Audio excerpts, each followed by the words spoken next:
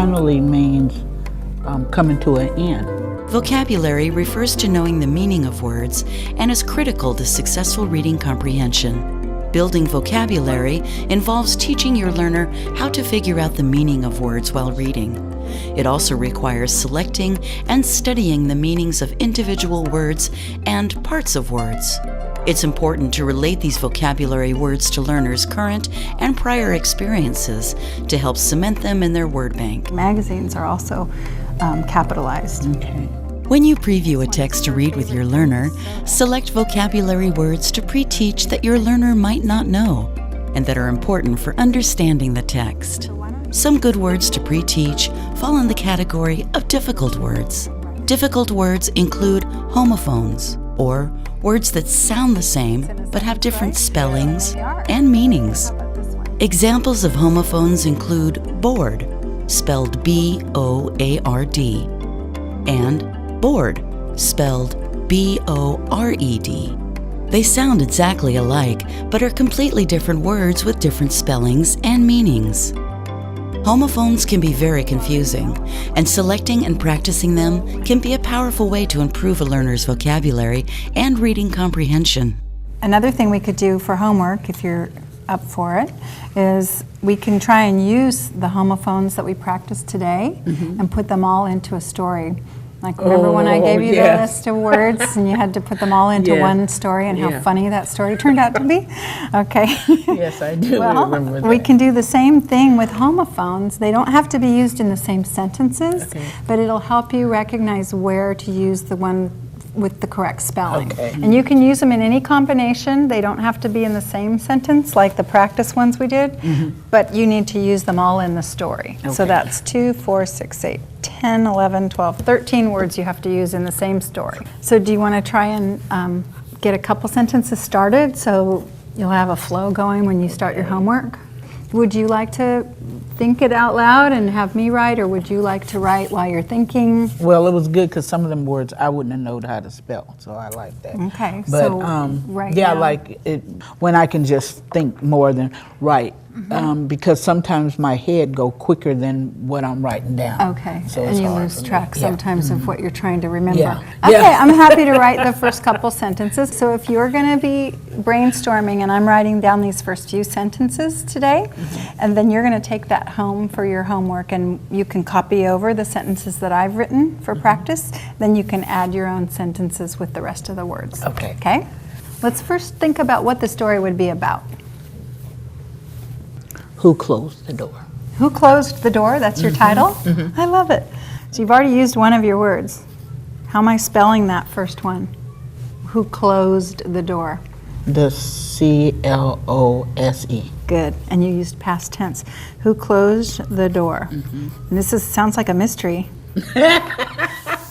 We can check this one off because we've already used it in the title. Okay. Okay. So now let's think of one or two sentences. Okay.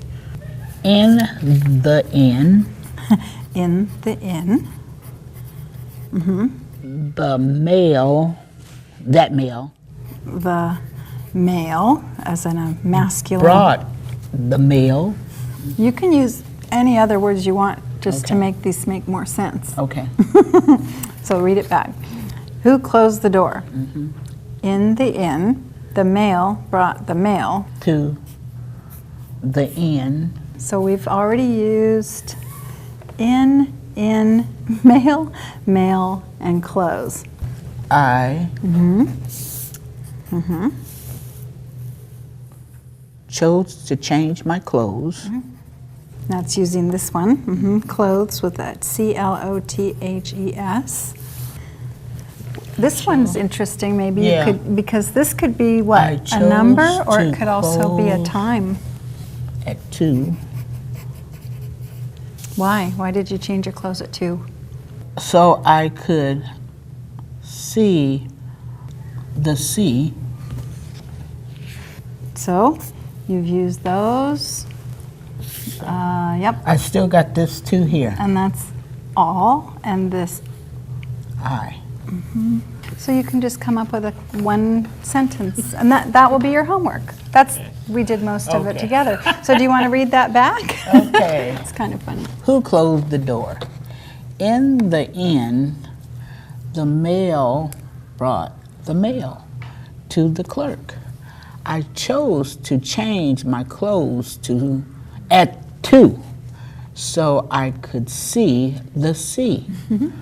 That is Sounds funny. like you're staying at a nice place next to Yeah. the ocean. I'm already picturing it, but you have to close up the mystery I here. gotta close up that mystery. Okay, that's good. So how did you feel about the activity that we did today between the writing and the filling in the blanks and coming up with sentences and index cards? We did a lot. I know we did. So what did you think about that? In all, it was a lot of practice, a lot of learning, a lot of learning today, a lot of learning. And what made it learning is because a lot of this I didn't know about. Okay. Well, And you had so- seen these words before, I know, because these we had words, yeah. pulled them out of different stories that Yeah. we've read. And they're familiar. They're not hard words, No. but they're confusing. So all the practice that you can do with these in terms of writing, getting used to where they go in sentences and how they're used, that will help build your vocabulary so these words become easy for you to spell. Okay. Okay? All right. Is there any part of this you want to do again? Just this.